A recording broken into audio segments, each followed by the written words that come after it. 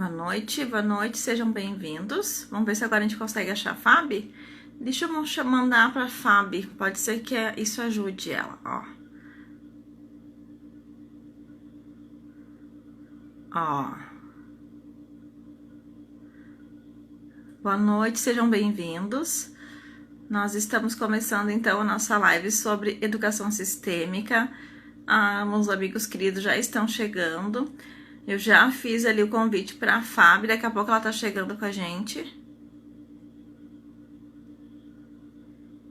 Sejam bem-vindos todos. Vamos dar início então. Deu certo, Rosinha, deu certo. A Fabi entrou. Então, dá um jeito, a gente se vira. Sejam bem-vindos, então nós vamos começar. Olá, boa noite.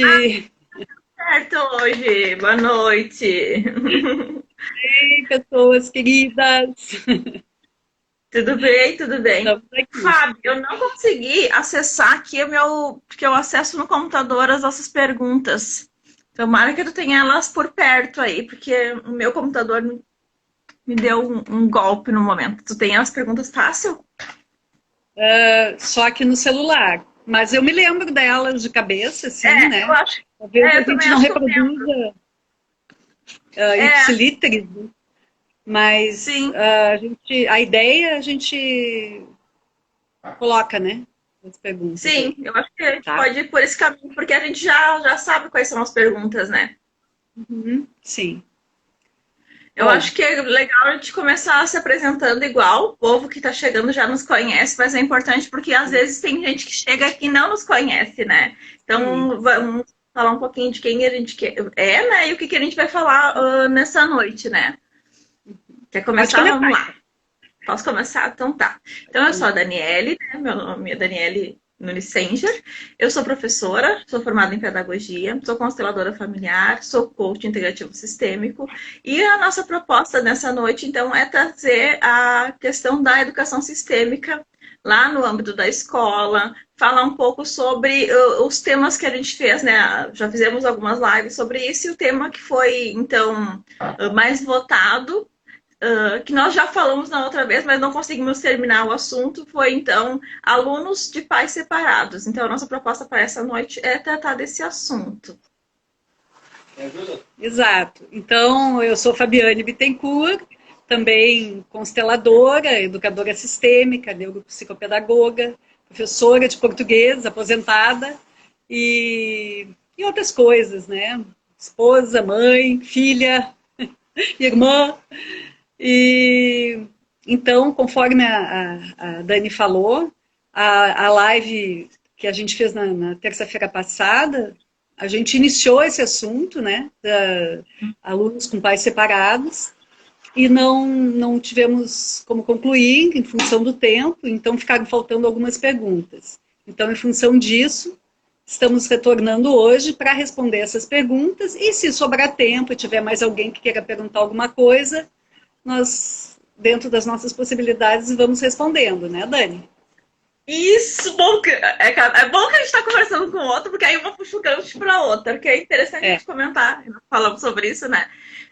Que nós aqui vamos fazer um bate-papo, né, Fábio? A gente, claro, estuda, né, entende um pouquinho, né, em função dos nossos estudos, sobre constelação, sobre educação, que é a nossa área, mas a gente aqui tá muito como aprendiz também, né? Porque na vida nós somos aprendizes, né? Então, o que a gente vai falar é um pouco do que a gente aprende, do que a gente estuda, mas também o nosso lugar aqui é de observadora da vida, né? De pessoas que também erram, que estão ali no processo de aprendizagem, no processo de conhecer, de aprender, de entender melhor como é que funcionam as coisas. Então, o convite que a gente faz também para as pessoas que vão nos ouvir nessa noite é que não tomem as coisas que a gente for falar aqui como regra, como uma coisa certa, determinada, mas sim como algo a se refletir. Acho que o nosso principal objetivo é fazer com que as pessoas possam refletir sobre as coisas que acontecem na vida, sobre, né, a própria vida mesmo, sobre questões que envolvem a sua vida familiar, as questões que envolvem a educação, a escola, mas é um objetivo mais de reflexão em conjunto. E também baseado no que a gente tem vivenciado, né?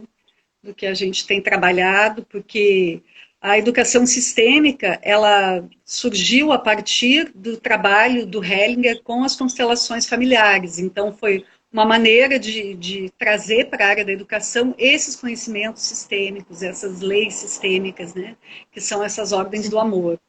Então, tudo o que o Hellinger trouxe em termos de conhecimento nessa área familiar, das constelações familiares, e nessa área sistêmica, de uma maneira geral, né, foi fruto da vivência dele no lugar de constelador.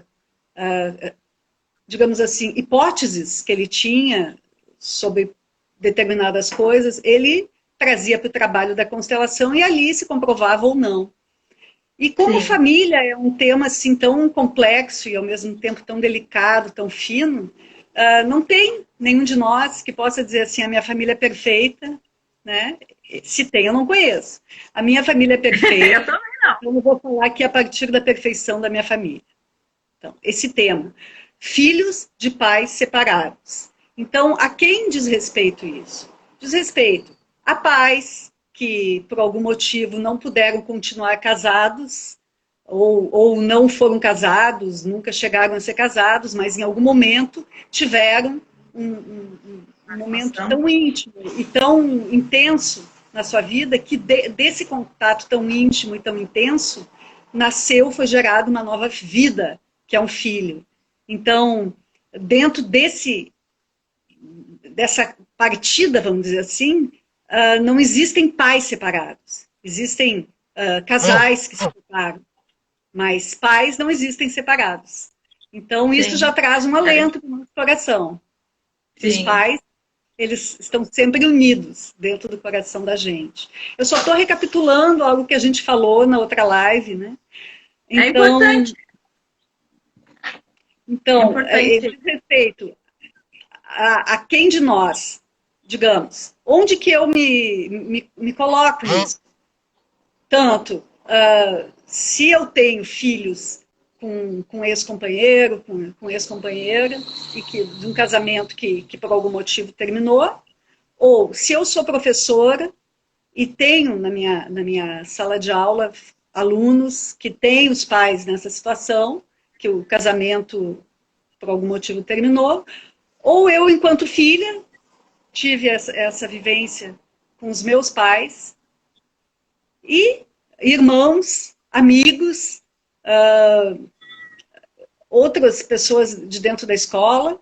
Então, nessa nossa realidade atual, esse tema, filhos de pais separados, né, e sempre entre aspas, esses pais separados, pelo que eu falei aí, é um tema que, digamos, até outro dia, eu estava conversando com uma amiga minha, e o filhinho dela, pequeno, disse assim, mãe, por que eu sou diferente?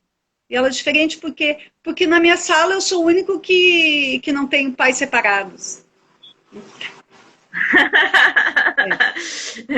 É uma diferença hoje em dia.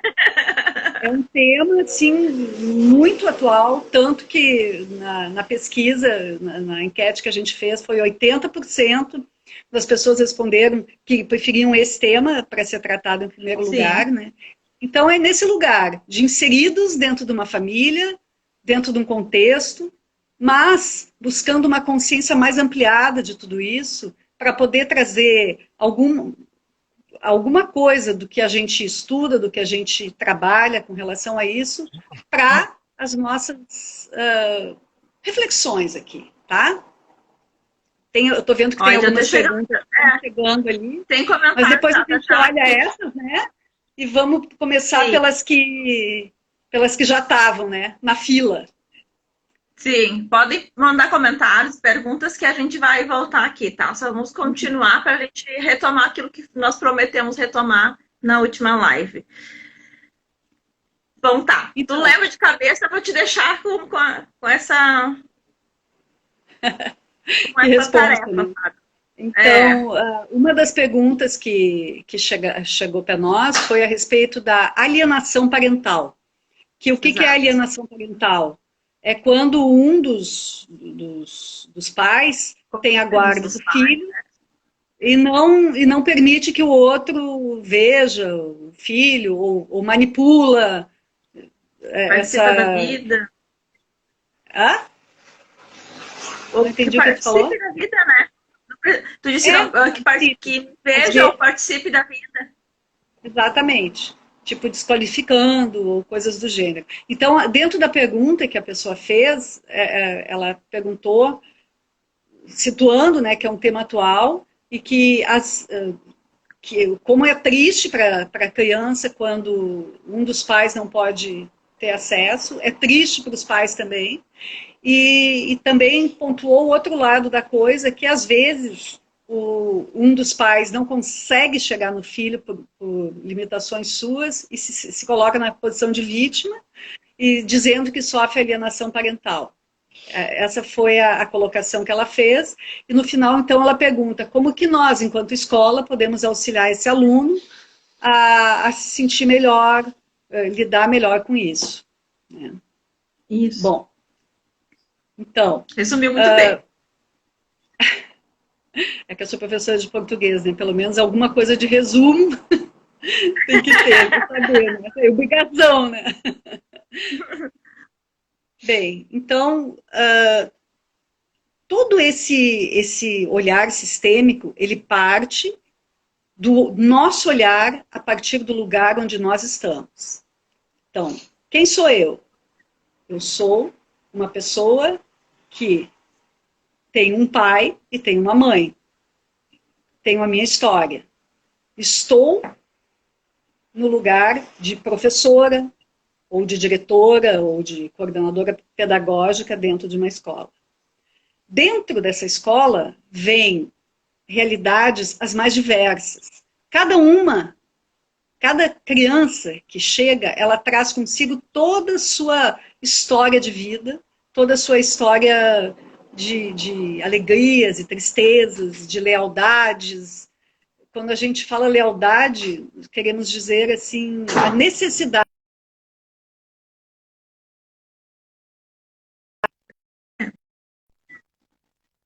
da família. É só a gente parar e pensar um pouco. Uma coisa que a gente faz diferente da nossa família de origem e como isso reverbera dentro de nós. Pensar alguma vez em que nós precisamos fazer alguma coisa muito diferente do que a nossa família fazia, porque a gente não concordava, não queria fazer daquele jeito, e o preço que a gente teve que pagar por isso. Então, no momento que uma família, uma criança... Esse preço pode ser sentimental, pode ser emocional. Sim, o preço pode ser uma angústia, né? Pode ser uma negação do ir em frente, pode ser um rompimento com a própria família. Bom, enfim. Então, para uma criança, e todos nós já fomos uma criança, por isso que eu situo esse início, é fundamental ela se sentir liberada para ir e vir no universo do pai e no universo da mãe, na esfera do pai e na esfera da mãe. Porque é esse ir e vir de um universo para o outro, estejando eles casados ou separados, é que vai fazer dela um ser integral. Mas quando existe alienação parental, pelo motivo que for, ela não se sente liberada para ir para um desses dois, ou para o pai ou para a mãe. Isso causa dentro dela uma sensação de impotência, de tristeza, de raiva, de culpa por não estar dando conta daquela situação. Então, o que nós, no lugar de professor, podemos fazer nessa situação? uma coisa primeira é olhar com um olhar de incluir. Incluir o pai e incluir a mãe no nosso coração. Mesmo que a mãe chegue, ou que o pai chegue, e conte barbaridades do que o outro faz. No momento que a gente toma o partido de um lado ou de outro, achando que um está certo e o outro está errado, nós já nos diminuímos perante essa realidade e já saímos do nosso lugar de professor e tentamos nos colocar no lugar de juiz, sendo que nós não temos a menor dimensão do que inclui aquele contexto familiar como um todo. Então, uma grande coisa que se pode fazer, depois de incluir esse pai e essa mãe no nosso coração, sem julgamento, é escutar.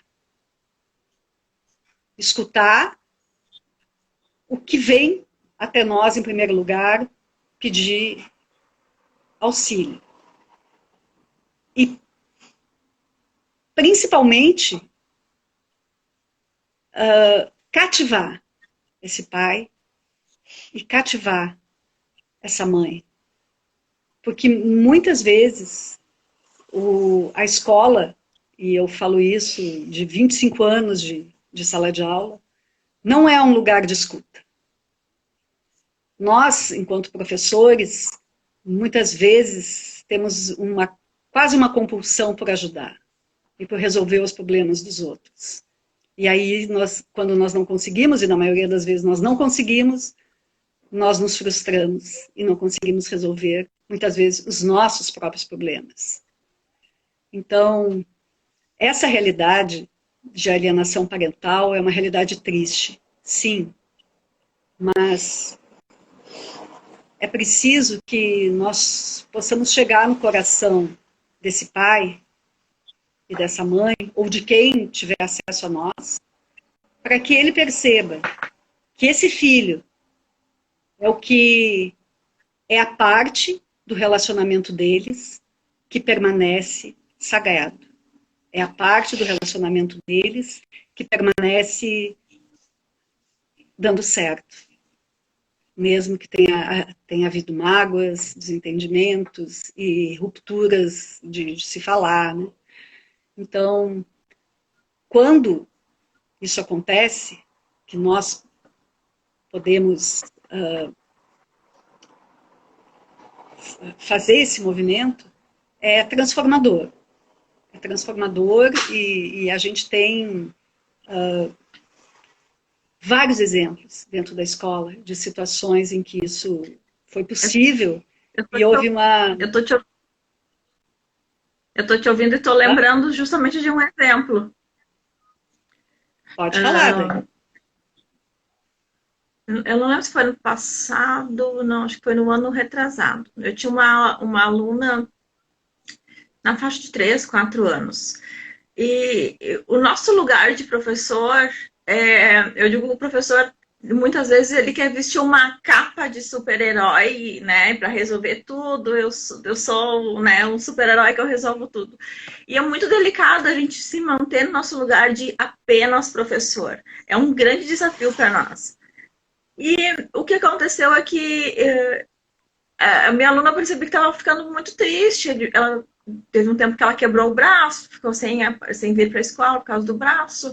E aí eu percebi que depois de um tempo, quando ela conseguiu, o bracinho dela estava melhor, ela estava muito triste. Ela não brincava, ela não ficava quietinha no cantinho. E a gente, como professor que está ali atento, fica mexido com aquilo, né? E o nosso principal objetivo é olhar para a criança, né? Tá vendo o que acontece. E quem geralmente trazia a criança e buscava era o pai. E eu comentei com o pai. Pai, né, eu tenho percebido que a fulana tá assim, né? Tá triste, não brinca. Não é o comportamento natural dela, porque ela costuma brincar.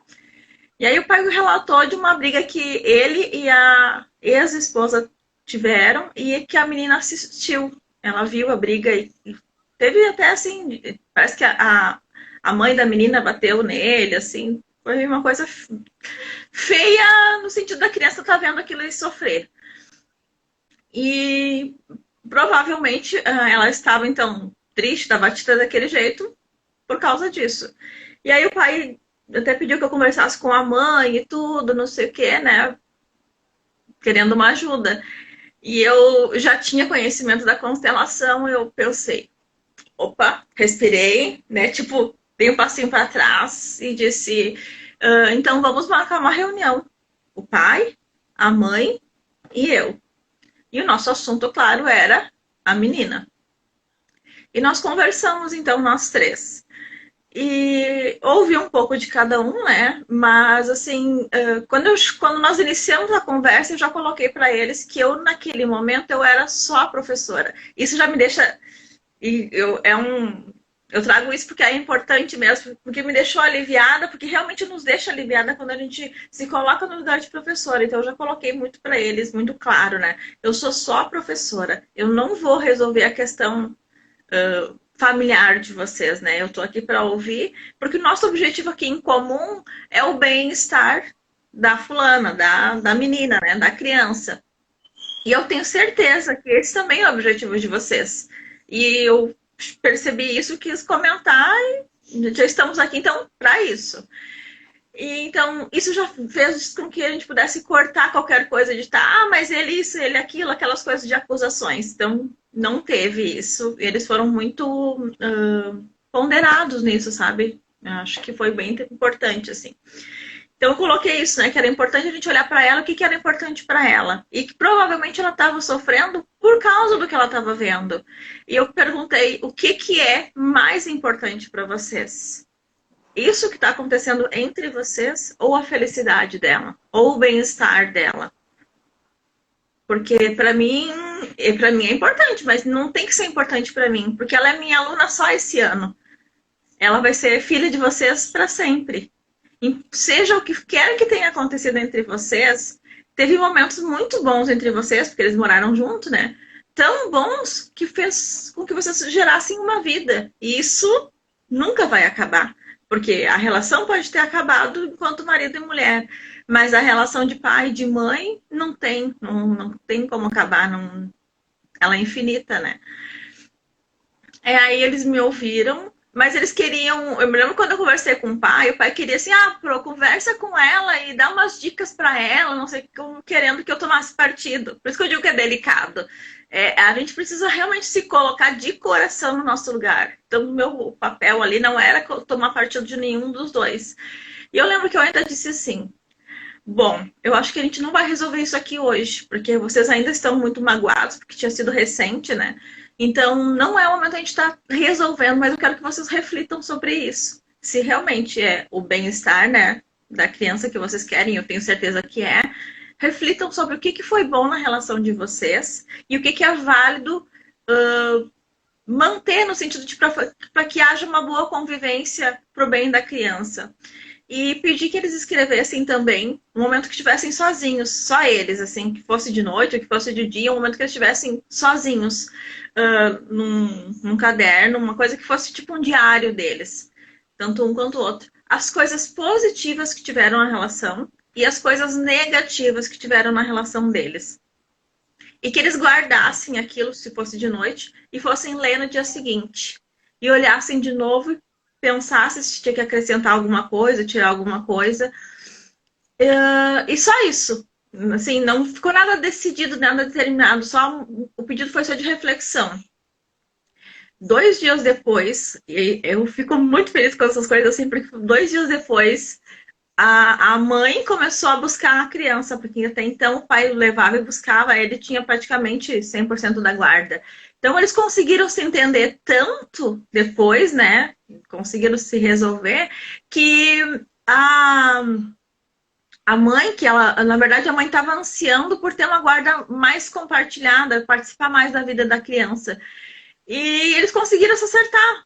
Pelo menos naquele momento, no resto do ano que ela foi minha aluna, a mãe buscava, o pai trazia e eles se resolveram e a criança voltou a brincar. Que na verdade o mais importante era isso, né? A criança estar bem, estar feliz, estar equilibrada. A criança voltou a brincar, voltou ao normal, tinha mais o contato com a mãe. O pai, ela já era apaixonada pelo pai mesmo. Então, o que eu acho importante nisso é a gente colocar que a gente pode tirar essa capa de super-herói que a gente traz com a gente e que isso é delicado, apesar de a gente saber que precisa fazer, é delicado, mas também traz uma leveza, sabe? Porque imagina se eu entro na onda e digo assim, não, mãe, tu tem que fazer isso. Não, pai, tu tem que fazer aquilo. Eu não tenho que dizer nada. Eles não têm que fazer nada. A relação deles começou antes de eu chegar na vida deles. A filha deles já era deles antes e vai continuar sendo deles depois. Quem sou eu para me envolver nisso? No máximo, o que eu posso fazer é ouvir. E essa fala que tu fez, né, sobre ouvir é muito importante. A escola precisa ser um espaço também de escuta. A gente ouve às vezes assim que a escola não é espaço terapêutico. É onde que a gente consegue separar, delimitar tão claramente onde é o espaço pedagógico e onde é o espaço terapêutico. Se quando a gente aprende, a gente também se desenvolve, a gente também cresce, a gente também aprende sobre si mesmo. Aprender também é terapêutico, né? Então, acho que é mais para a gente realmente refletir sobre nosso papel e sobre a possibilidade de a gente poder soltar um pouco essa capa de super-herói e se colocar um pouco mais no lugar de ouvinte. E é um desafio para nós, né? O professor gosta de falar. E isso que tu fizeste foi um movimento de amor, mas não aquele amor salvador, um amor mais ligado com a humildade, mais ligado com o seu próprio lugar, porque isso que tu falaste, né, isso que se pode fazer com os pais. Também se pode acolher os filhos. Um aluno que chora, um aluno que se fecha, passando por uma situação dessas, nós também podemos acolher, tendo os seus pais no coração e, principalmente, tendo os nossos pais no nosso coração. Porque é nós tendo os nossos pais no nosso coração que nós vamos ter a força para ficar no nosso lugar. Porque se nós não tivermos o nosso pai e a nossa mãe no nosso coração, vai ter uma tendência a sempre querer ir para aquele lugar de resolver a situação dos outros. Assim como nós, enquanto crianças, gostaríamos de ter resolvido a situação dos nossos pais. Então, se isso está resolvido para nós, é mais tranquilo. Não quer dizer que a gente não sofra, que a gente não tenha empatia pela situação daquele aluno, mas é uma empatia um pouco diferente dessa empatia que normalmente se fala, de se colocar no lugar do outro. É uma empatia mais abrangente, é uma empatia sistêmica, porque eu acolho não só o sentimento da pessoa, mas eu acolho tudo o que vem dela, tudo o que vem por intermédio dela. Me lembrei de uma coisa nessa história. Eu adoro quando a gente conversa com as pessoas que a gente acaba lembrando. Quando eu estava conversando ainda, eu lembrei, a mãe comentou que os pais dela tinham se separado. E eu perguntei para ela como é que foi isso. E isso é sistêmico, né? Eu perguntei para ela como é que foi isso, né? Como é que tu se sentiu, né? Quando teus pais se separaram. E mais ou menos, se eu não me engano, isso já faz um tempo, eu não lembro direito, mas mais ou menos ela tinha a mesma idade da filha. E então eu perguntei como é que foi isso para ti, né? Se tinha brigas, como é que tu se sentia com relação a isso? Então, o que a gente pode fazer, pelo menos assim, o que eu fiz e funcionou, é fazer perguntas mesmo para que né, para que eles pudessem refletir. Eu acho que as perguntas, em alguns momentos, são muito mais produtivas do que a gente simplesmente trazer respostas prontas, julgamentos, que aí piorou, né? Mas a gente perguntar como é que foi isso e imaginar assim, agora está acontecendo com a filha, como é que será que está sendo isso para ela? Né? Revisita isso para se tocar de novo nessa dor, sabe? Tocar de novo nisso para ver como é que foi isso, para olhar para então como é que está sendo isso para ela agora. Tem reflexo? Tem alguma coisa que reverbera nela que tem a ver com isso? Vocês que vivenciam isso, vocês que são os pais que estão envolvidos, como vocês podem ajudar ela? E aí eu me lembrei disso porque a gente fala do sistêmico e muito desses casos, né, de pais separados, a gente vê que são repetições também, né? Sistêmicas que acontecem na família. Não é regra, a gente sempre fala que não é regra, mas acontece bastante de ser repetições, né? De ter várias separações naquela família e isso vinha acontecendo. E aí é importante que a gente olhe para isso e perceba se a gente não está somente sendo fiel, leal a esse sistema por causa do pertencimento, né? Em virtude do pertencimento que a gente não percebe, não está no nosso aparente, mas a gente vivencia na nossa vida. E claro, não significa que se uma relação não está boa, a gente precisa continuar. É só, como a gente comentou, né? Vamos trazer reflexões. Numa outra live a gente pode conversar mais a respeito do relacionamento de casal, né? E hoje nós estamos falando mais especificamente do reflexo nos filhos, né? E acho interessante isso que tu fala das perguntas, porque essas perguntas também podem ser feitas para nós mesmos. O que essa situação, como essa situação reverbera dentro de mim? A situação desse aluno, quando eu faço um movimento como esse que tu fez, como que isso reverbera dentro de mim? Eu me sinto leve ou eu me sinto pesada, me sinto carregada? Porque se eu me sentir pesada, carregada, com certeza eu estou carregando algo que eu não deveria. Estou tentando resolver algo que não me compete resolver. E se eu for um pouco mais para trás, eu vou ver que isso faz parte da minha história. E aí é sempre um movimento curador, quando isso acontece, nós nos voltarmos para trás e olharmos para a nossa história, para o nosso pai e para a nossa mãe, e vermos o que deles nós estamos carregando e que não é nosso. O que deles que nós estamos querendo resolver por eles. Porque se nós temos coisas que estamos querendo resolver por eles, carregar por eles, com certeza que os nossos filhos também vão querer carregar por nós.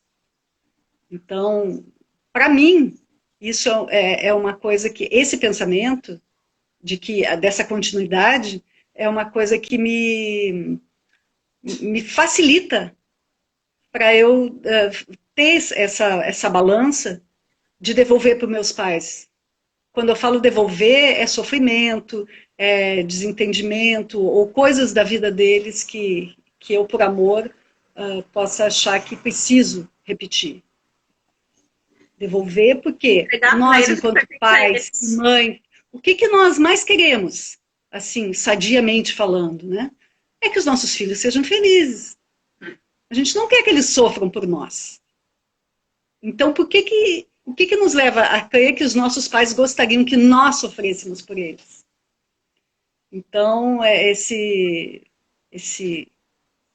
tema, ele é muito, eu sinto assim, tá na veia, tá no sangue, porque em algum lugar a gente se coloca.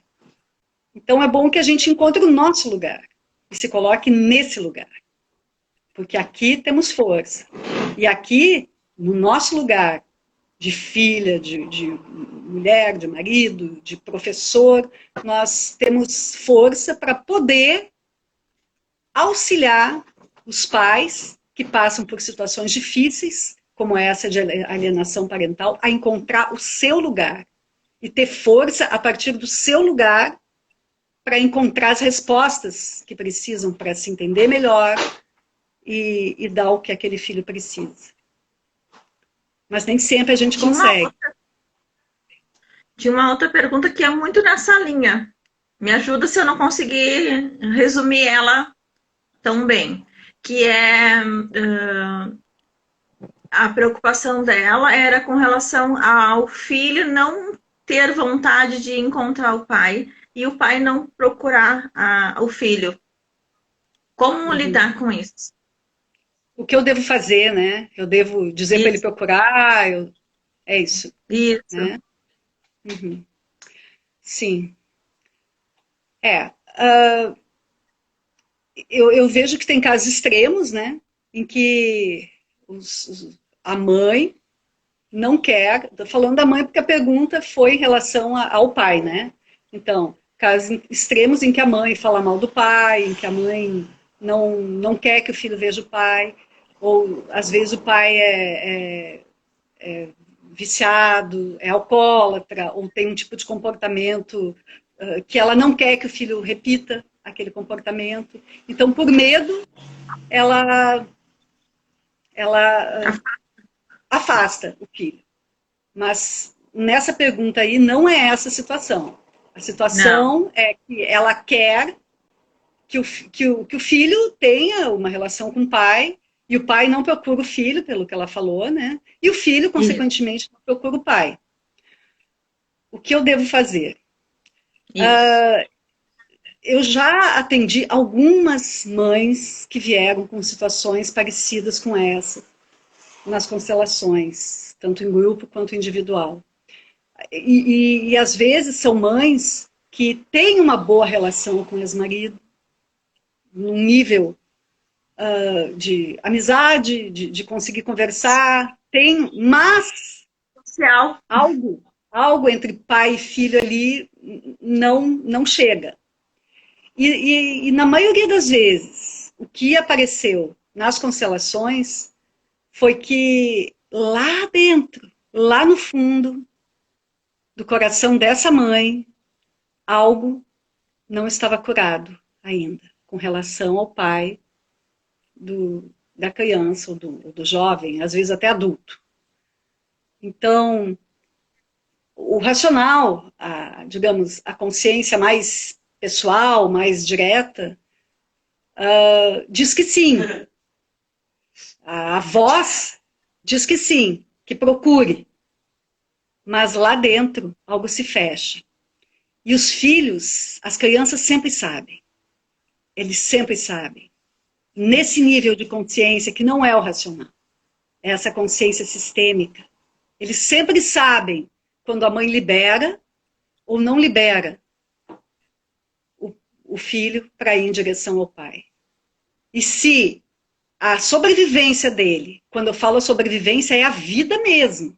É a vida, é o vínculo, é o que mantém na vida. Se a sobrevivência dele depende dele estar com a mãe, e se ele procurar o pai vai botar em risco essa sobrevivência, ele nega, ele não vai. E aí o que acontece? É o que nas constelações nós chamamos de o filhinho da mamãe. O filhinho da mamãe é aquele rapaz que dá a própria vida pela mãe. Na maioria das vezes são bons filhos, ou às vezes não, às vezes enveredam no outro caminho e por amor ao pai, inconscientemente, repetem os mesmos erros do pai. Mas, de qualquer maneira, tanto de um extremo quanto no outro, são bons filhos. Porque tem muito amor por essa mãe. E por amor a ela, eles são capazes de anular essa parte tão importante da essência deles, que é a presença do pai na sua vida, no seu coração e na sua alma, nas suas entranhas.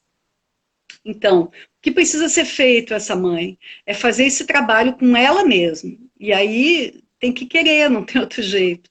tem que querer. É um trabalho de amor consigo próprio, de olhar consigo para si próprio com amor e verdadeiramente se perguntar o que dentro de mim que ainda não foi curado para que eu possa, com amor, liberar o meu filho para que ele vá até o Pai, independente de erros e acertos.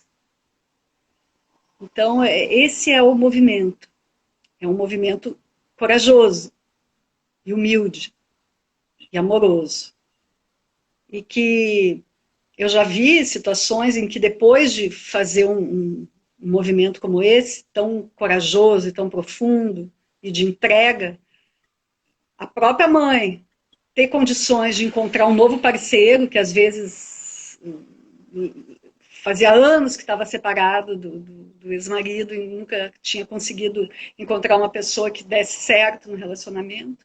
E também o filho encontrar alguém com quem se relacionar, uma namorada, ou um namorado, no caso da menina, e que a coisa pudesse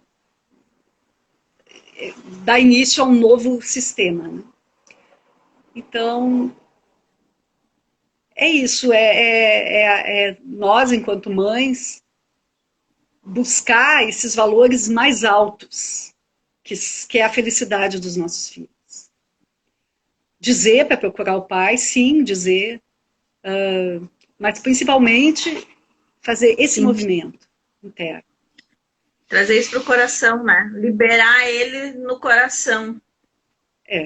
Exatamente. E isso que foi falado com relação ao pai vale também com relação à mãe, porque tem casos que é com relação à mãe, né? Sim. E temos mais uma? Temos? Filho do papai. Isso. Temos mais uma pergunta lá, não temos? Ou a gente conseguiu responder? Eu não estou te escutando, senão calhada aí. Lembra se nós temos mais uma pergunta? Lembra se nós temos mais uma pergunta? Senão a gente pode começar com as perguntas daqui. A outra pergunta que tinha, sim, é com relação aos temas. Como auxiliar nos temas, nos estudos dos filhos, sim, quando os pais estão separados. Né? E acho que, de uma certa maneira, isso já foi respondido até, né? Porque não adianta muito nós, enquanto professores, dizer para os pais o que eles têm que fazer. É os pais que precisam encontrar esse jeito, dentro da realidade deles, de fazer. Se não o perfeito, pelo menos o possível. Porque se o possível estiver sendo feito, a criança sente isso. Então, esse caso que tu relataste há pouco, né, que tu chamaste os pais e que tu colocaste na responsabilidade deles, e principalmente a maneira como tu acolheste eles no teu coração e deixou esse espaço para que eles pudessem encontrar as maneiras, essa força dentro deles e encontrar o sagrado dentro da relação que terminou, mas que continua eterna através do filho, né, ou dos filhos. É por aí. É por aí. Nem sempre, como eu estava falando antes, nem sempre a gente consegue, né? Porque às vezes é tanta dor, é tanta mágoa, é tanta tristeza, e dependendo do local onde se trabalha, são códigos tão próprios e tão fechados que o máximo que nós podemos fazer é honrar tudo aquilo, reverenciar, não como certo ou errado, mas reverenciar que todo aquele destino, toda aquela realidade é muito maior do que nós. E podemos dizer, eu estou aqui, no meu lugar eu estou aqui. Se tiver algo que eu possa fazer, eu estou aqui. Vamos ver então agora nossas perguntinhas. Eu vi que tinha duas, pelo menos, uma da Jaque e uma da Cláudia. Ali tem da Rô também, vou na ordem.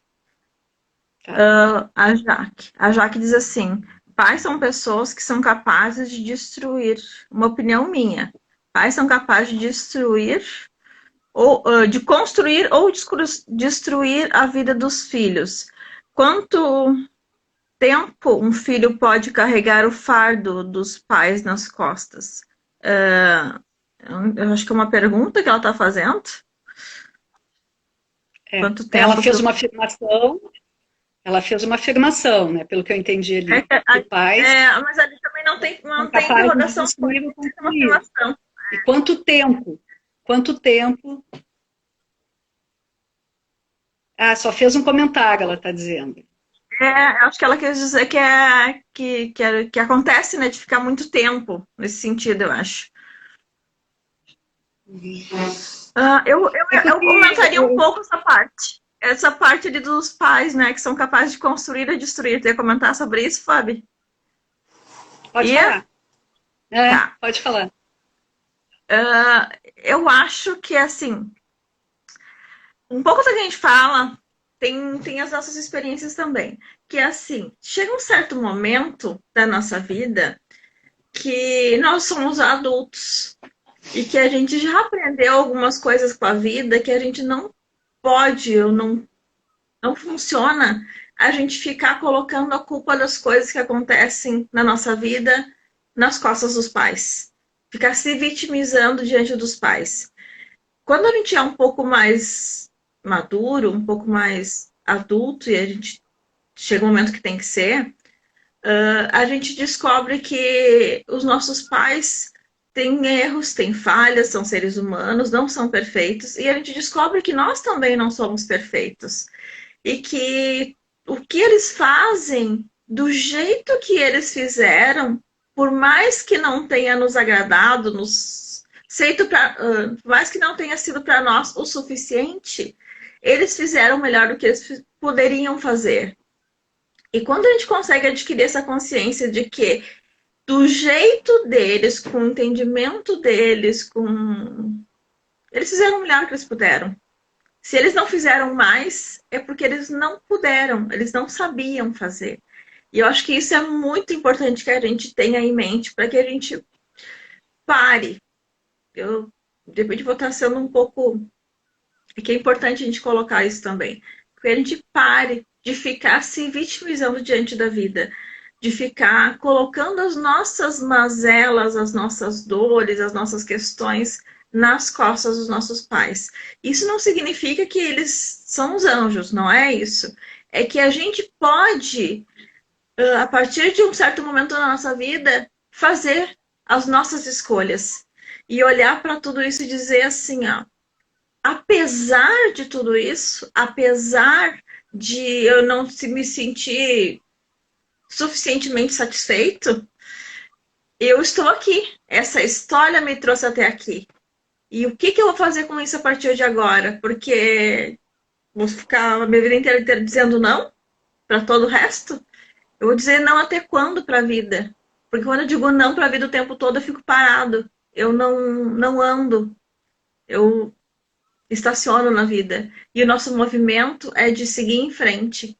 Então, é uma reflexão. Sim. A Cláudia está dizendo ali que ela conversa muito com os alunos dela sobre isso, né? Isso aí que tu falou é fundamental. É fundamental porque o que faz de nós? Quando é que a gente pode se considerar adulto? Quando nós tomamos o nosso pai e a nossa mãe como são. Quando nós assumimos a responsabilidade pela nossa vida, pelas nossas escolhas, sem colocar o peso e a responsabilidade neles. Claro que existem casos muito sérios, casos muito difíceis, e que assim não é tão fácil de se chegar nesse ponto. Então, uma coisa que, na minha maneira de ver, sentir e de trabalhar, eu considero muito é o que a pessoa me traz enquanto sentimento. Porque muitas vezes a pessoa precisa entrar em contato com aquela raiva que ela carrega de tanto tempo por coisas, às vezes, muito duras que ela passou. E existem situações em que nós fazemos um trabalho para que essa pessoa honre os pais, soa para ela como mais uma violência, de tão dolorido que é para ela tudo aquilo. Então,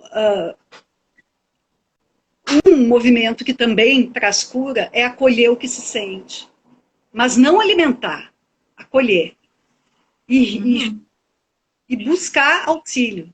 No caso de um adulto que ainda sente isso, buscar um auxílio. Buscar um auxílio de alguém que tenha condições de olhar para essa situação, não como julgamento, mas incluindo. Isso. No seu coração, esse faz. E principalmente, trabalhando com o adulto que está ali. Acolhendo a criança, que está dentro desse adulto, mas principalmente trabalhando com o adulto. Isso. Eu digo assim, no sentido da escolha, é porque aquilo que aconteceu eu não posso mudar. Eu posso, em alguma instância dentro de mim, fazer uma escolha com o que eu vou fazer com isso a partir de agora. E é claro, em casos extremos, não é o caso que eu estou comentando, né? Mas a gente sabe que existe, sim, casos extremos, né? De, sei lá...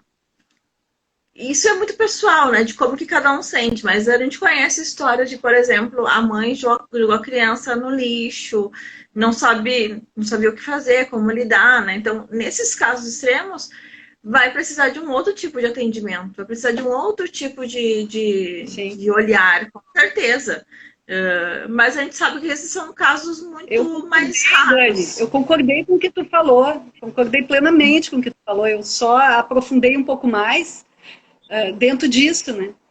Porque a gente está conversando e está refletindo a respeito, né?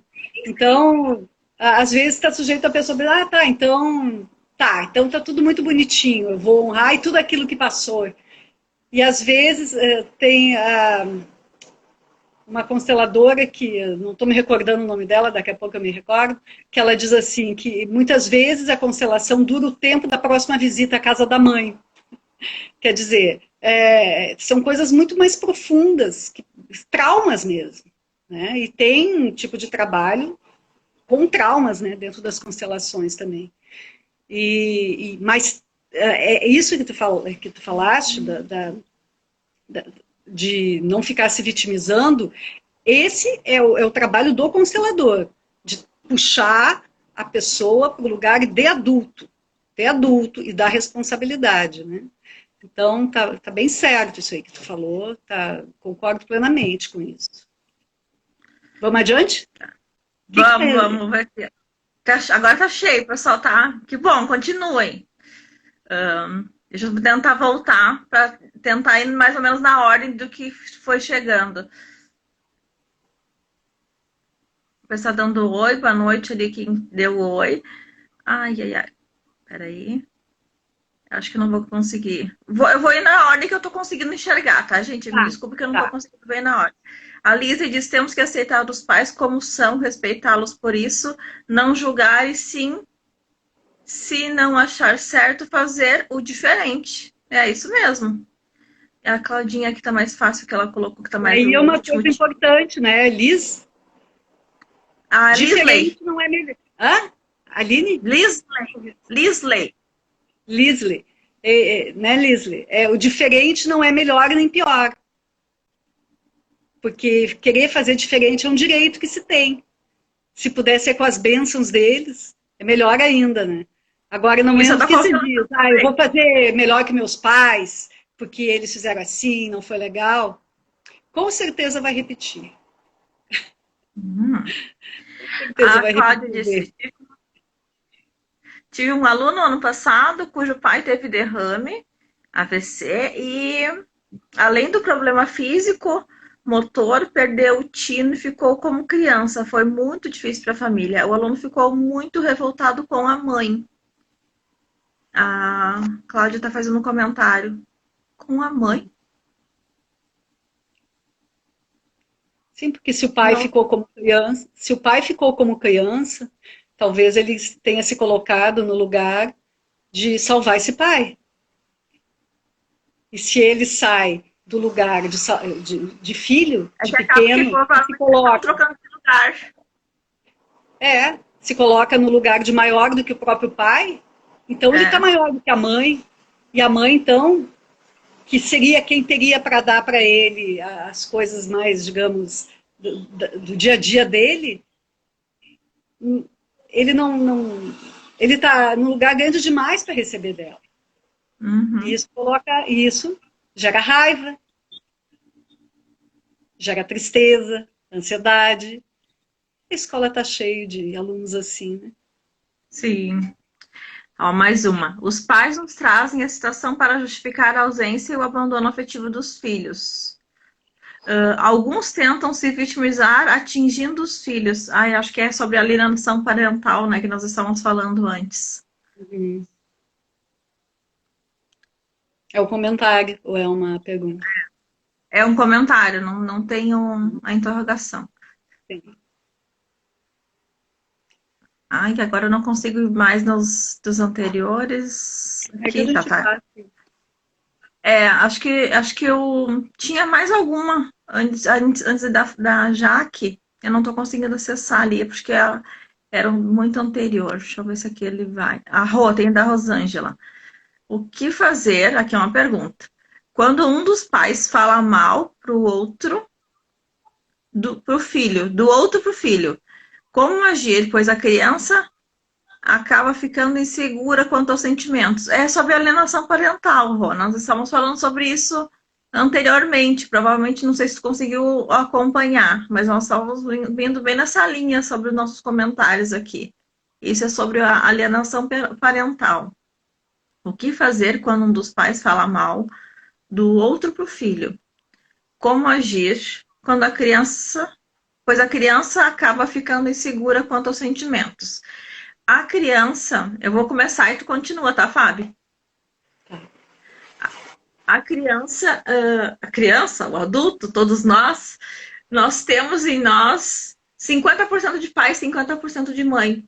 Desde a nossa formação, na nossa geração, né, na nossa concepção, nós precisamos dessas duas energias, né? A energia masculina, a energia feminina, para que nós possamos ser formados. Então, nós precisamos da energia do nosso pai, da nossa mãe.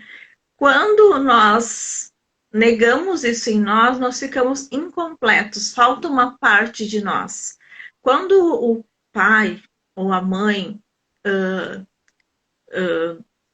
rejeita, né? Vamos trazer a mãe, né? Que é um dos exemplos mais comuns. A mãe rejeita na criança, no filho, uma característica, por exemplo, que é do pai. Ah, tu faz. Às vezes a gente ouve, né? Ah, tu faz tal coisa como teu pai, tu fala como teu pai, tu tem os trejeitos do teu pai, tu tem. E traz isso num tom de crítica.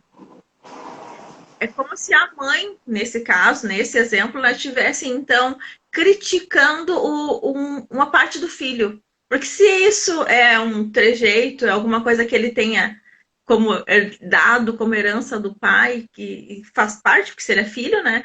E ele está reproduzindo isso está incomodando a mãe, é como se a mãe estivesse rejeitando uma parte da criança, uma parte do filho.